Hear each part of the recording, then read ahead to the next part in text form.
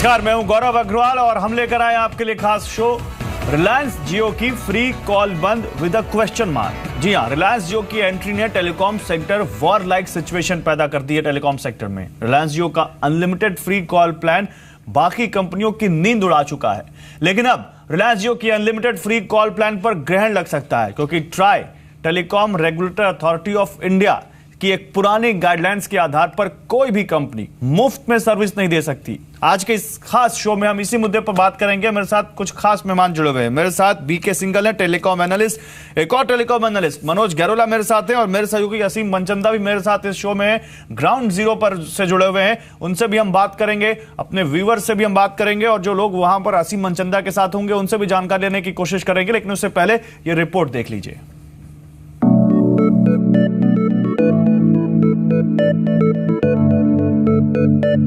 रिलायंस जियो के जिस free call plan ने टेलीकॉम सेक्टर में तहलका मचाया हुआ है, अब वो सवालों के घेरे में है। अभी तक जियो के फ्री कॉल टैरिफ पर टेलीकॉम सेक्टर की दिग्गज कंपनियां सवाल उठा रही थी, लेकिन अब टेलीकॉम रेगुलेटर ट्राई ने भी ये सवाल उठाया है। जी बिजनेस को मिली एक्सक्लूसिव जानकारी के मुताबिक ट्राई ने रिलायंस जियो के टैरिफ की जांच शुरू कर दी है और जल्द ही कंपनी को कारण बताओ नोटिस भेज सकता है। ट्राई की 2004 की टैरिफ गाइडलाइंस के मुताबिक कोई टेलीकॉम कंपनी लागत से कम दरें नहीं रख सकती। फिलहाल वॉइस कॉल की न्यूनतम लागत 14 पैसे है। इसी मामले को लेकर ट्राई रिलायंस जियो से जवाब मांगेगा, क्योंकि आरजीओ ने फ्री कॉल टैरिफ लॉन्च किया है। रिलायंस जियो के जवाब के आधार पर ट्राई टैरिफ पर फैसला करेगा।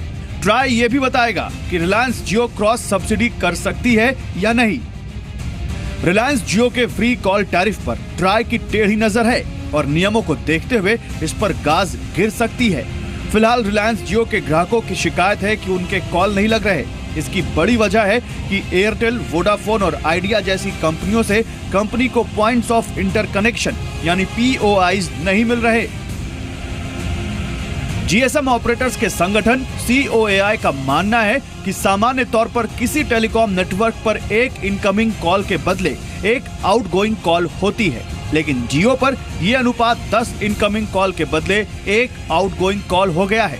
COAI का अनुमान है कि ज्यादा लोगों के जियो कनेक्शन लेने के बाद यह अनुपात 15 इनकमिंग के बदले एक आउटगोइंग कॉल हो जाएगा।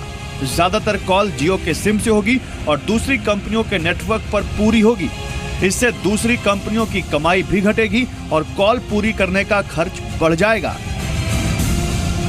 ट्राई अगर न्यूनतम लागत वाला नियम लागू करता है तो रिलायंस जियो के फ्री कॉल टैरिफ पर ग्रहण लग सकता है, यानी उन लाखों ग्राहकों की उम्मीदों पर पानी फिर सकता है जिन्होंने फ्री कॉल के लिए रिलायंस जियो का कनेक्शन ले लिया है।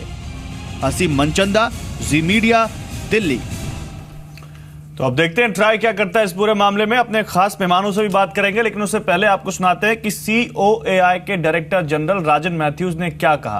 राजन मैथ्यूज ने इन सब को लेकर क्या कहा, ये सुनिए।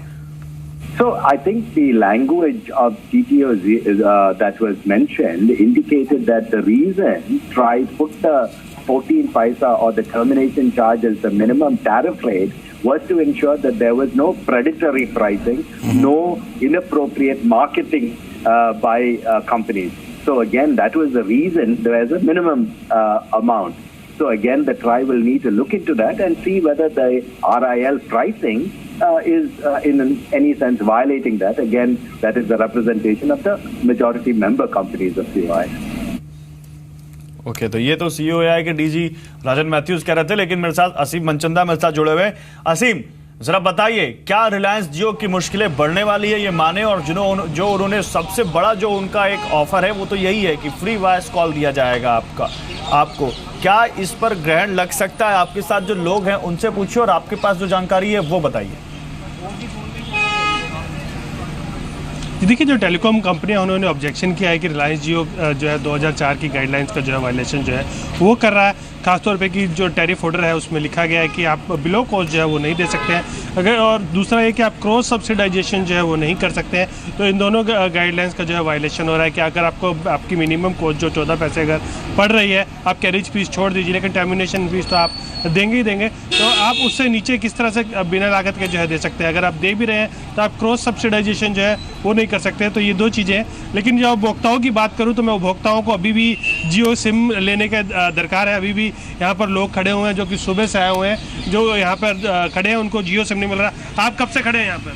सर सुबह से खड़े हुए सर, और सुबह से सर एक ही है कि मॉर्निंग में आने के बाद भी सर इन लोग के पास एक ही एक्सक्यूज़ है that there server is not working. तो यही एक एक्सक्यूज़ लेकर के, और जबकि अदर आउटलेट्स पे 250 से 300 sim hand to hand per day वो लोग निकाल रहे हैं, बट यहाँ पर 50 सिम्स भी ये लोग पूरे नहीं दे रहे। आज मॉर्निंग से एक भी सिम इन्होंने किसी भी कंज्यूमर को नहीं दिया।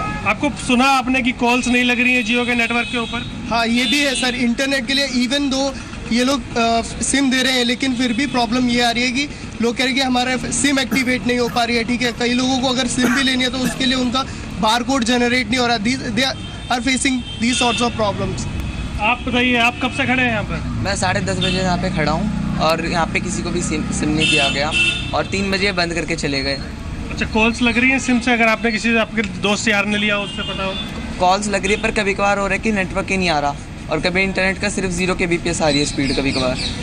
देखिए, प्रॉब्लम्स जो है, जनता यहाँ पे सुबह से खड़ी हुई है, इंतजार कर रही है कि फ्री सिम मिलेगा, फ्री 3 महीने तक कॉलिंग जो है वो कर पाएंगे और डाटा का इस्तेमाल कर पाएंगे। लेकिन शायद जिस तरह से अभी फिलहाल उनको सिम जो कार्ड जो है वो नहीं मिल रहे हैं, तो एक तो बड़ी पता है जो इस वक्त टैरिफ अनाउंस किए गए हैं रिलायंस जियो की तरफ से, उनको जब ये पता चलेगा कि फ्री वॉइस कॉल पर रोक लग सकती है, तब वो सिम लेने आएंगे नहीं आएंगे, ये भी एक बड़ा सवाल है। बीके सिंघल साहब, मैं आपके पास आऊंगा। बीके सिंघल साहब, क्या रिलायंस जियो के फ्री वॉइस कॉल पर ग्रहण लग सकता है? इसलिए क्योंकि 2004 का एक आदेश है रिलायंस ट्राई का, जिसमें उसने कहा था कि लागत से कम आप ऑफर नहीं कर सकते, और ये तो मुफ्त कॉल दे रहे हैं। जबकि एक जो अभी तक की जो गाइडलाइंस है, अभी तक का जो असेसमेंट है कि 14 पैसे पर मिनट का आपका कॉल रेट आपकी कॉस्ट है। तो बीके सिंघल साहब, क्या इसके खिलाफ रिलायंस जियो जो जा सकता है? क्या ये आपको लगता है नहीं ट्राई कुछ सख्त आदेश ला सकता है जो रिलायंस जियो की इस ऑफर को कर्व करेगा? देखिए, ऐसा है कि टेक्निकली आप इसको पैकेजिंग जो है वो कुछ भी कर लीजिए कि फ्री कॉल है, लेकिन आप 150 रुपए तो चार्ज कर रहे हैं। अब वो 150 रुपए जो चार्ज कर रहे हैं, वो ये कह रहे हैं कि हम इसका टर्मिनेशन चार्ज जो है वो सारा कुछ इसमें इंक्लूडेड है, और वो दूसरे ऑपरेटर्स को क्या दिया जाएगा, नहीं दिया जाएगा। तो मुद्दा ये है कि ग्रहण लग सकता है कि नहीं लग सकता है, और ये कहना कि फ्री कॉल्स हैं वो तो पैकेजिंग है, क्योंकि 150 रुपए तो दिए ही जा रहे हैं। अब उसमें आप कॉल्स कीजिए या आप उसमें नहीं, लेकिन सर रिलायंस जियो ये नहीं कह रहा कि पैकेजिंग है, वो तो ये कह रहा है कि फ्री कॉल है, फ्री वॉइस कॉल। या तो रिलायंस जियो कहे कि नहीं, हमने इस वॉइस कॉल को कहीं ना कहीं कंपनसेट किया अपने इस पैकेज में, तो बात समझ में आए। नहीं, देखिए, 150 रुपए लेके वो कह रहे हैं आप फ्री कॉल कीजिए, वो बिना 150 रुपए किए नहीं है, और जितनी मर्जी कॉल कीजिए।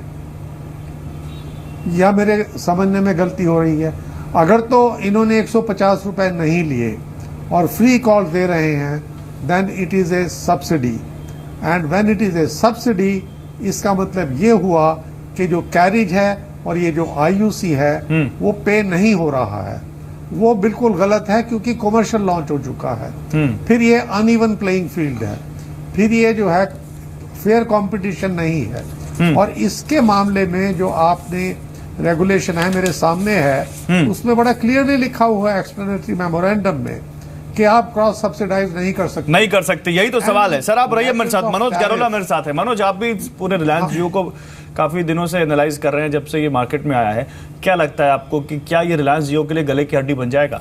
देखिए, पहले मैं एक बात आपको बताना चाहूँगा कि आज की डेट में एयरटेल और वोडाफोन दोनों ही ऐसे टैरिफ दे रहे हैं जिसमें कि आप अनलिमिटेड कॉल कर सकते हैं। फॉर एग्जांपल, एयरटेल का एक टैरिफ है जिसमें कि 800 रुपये में आपको 1 GB डेटा मिलेगा और अनलिमिटेड कॉल आप कर सकते हैं। अनलिमिटेड कॉल है उसमें तो, और ये काफ़ी लंबे टाइम से चल रहे हैं, आज की बात नहीं है ये।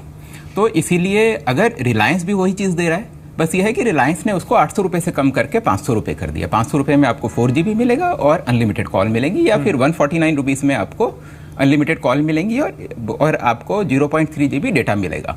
तो अगर ये रिलायंस का टैरिफ गलत है तो वो लोगों का टैरिफ जो लंबे टाइम से चले आ रहा है वो टैरिफ सारा का सारा गलत है। वो भी कोई 14 पैसा का कोई प्रिंसिपल मीट नहीं कर रहे हैं। ठीक है, तो ये बात तो बिल्कुल क्लियर है। ओके। दूसरा ये है कि अगर हम 2004 का टैरिफ ऑर्डर देखें तो वो टैरिफ ऑर्डर कहता है कि भाई आप जब टैरिफ लगाते हैं उसके एक हफ्ते के अंदर आपको टीआरए को इंप्लीमेंट करना है, सिर्फ आपको प्रिंसिपल्स ऑफ टैरिफ मीट करने हैं। ठीक है। प्रिंसिपल ऑफ टैरिफ 3 है। एक तो ये कि आईयूसी कंप्लायंट होना चाहिए टैरिफ। आईयूसी कंप्लायंट का मतलब इस केस में ये है कि रिलायंस, एयरटेल या वोडाफोन को जिनके नेटवर्क पे कॉल टर्मिनेट हो रही है उनको 14 पैसे पर मिनट के हिसाब से दे दें। अगर वो दे रहा है तो आईयूसी कंप्लायंट होता है। दूसरा है कि नॉन डिस्क्रिमिनेटरी होना चाहिए, उनका तो नॉन डिस्क्रिमिनेटरी है। तीसरा है कि नॉन प्रिडेशन होना चाहिए। यहाँ रिलायंस का लॉजिक ये है कि मेरा नया नेटवर्क है और आईपी बेस्ड है, इंटरनेट बेस्ड है, तो इसलिए मेरे नेटवर्क का जो कॉस्ट है वो ही कम है। अगर मेरे नेटवर्क का कॉस्ट कम है और मैं अपने सब्सक्राइबर से कम चार्ज कर रहा हूं, क्या ये दलीलें मानी जा सकती है, इस पर हम बात करेंगे।